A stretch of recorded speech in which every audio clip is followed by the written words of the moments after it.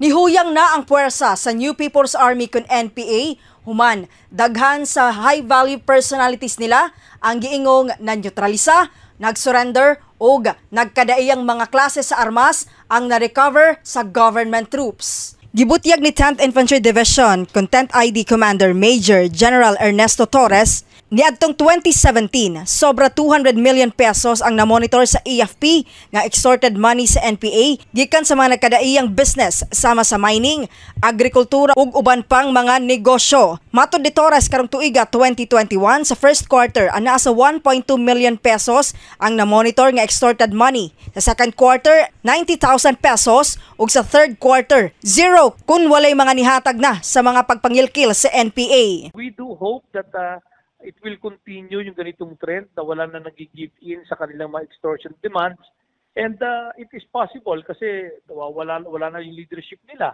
Gi-intensify sa Militar ang Federated People's Organization kun PO.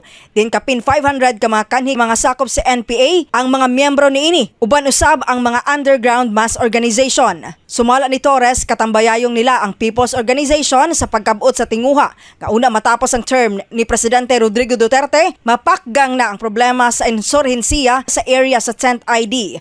Kasama mo sa balita ug serbisyo publiko, Radyoman ay Migenita. Tatak RMN.